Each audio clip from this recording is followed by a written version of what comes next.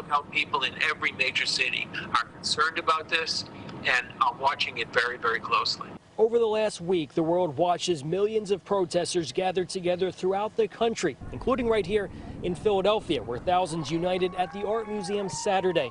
While the protests were purposeful and peaceful, health experts say gatherings this big are still a cause for concern.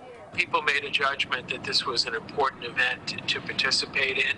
A lot of them were judiciously wearing masks. We hope that that will work. But certainly coming in close contact with people is a problem. Dr. Arnold Baskies, who once worked with Dr. Fauci, says it's likely cities where large protests were held could become hotspots. Will Philadelphia be one of those hotspots? I think it remains open to question, but I think that we can certainly see an increase in the number of cases. The average person will show symptoms of the virus within 3 to 5 days, but Dr. Baskies says it'll take a full 2 weeks to see if protests led to any significant increase in cases. And if there is a spike, he says it could delay the reopening plan. If we start to see more cases, more hospitalizations, and hopefully not see more ICU visits, the answer is yes.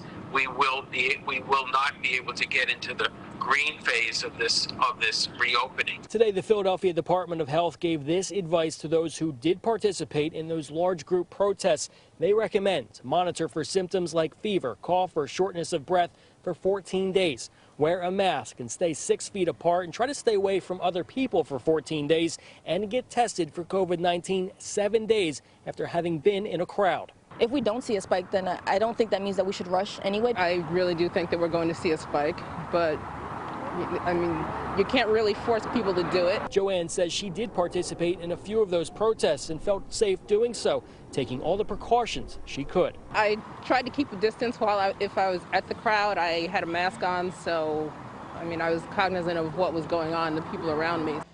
And people we talked to say at this point, people should know better who have symptoms not to be around large groups, whether it's here in the city or down the shore at the boardwalk. And doctors point out the tricky part about coronavirus. Some people are asymptomatic, meaning they have it, they can spread it and not know it. In Center City, Stephen Fisher, NBC 10 News.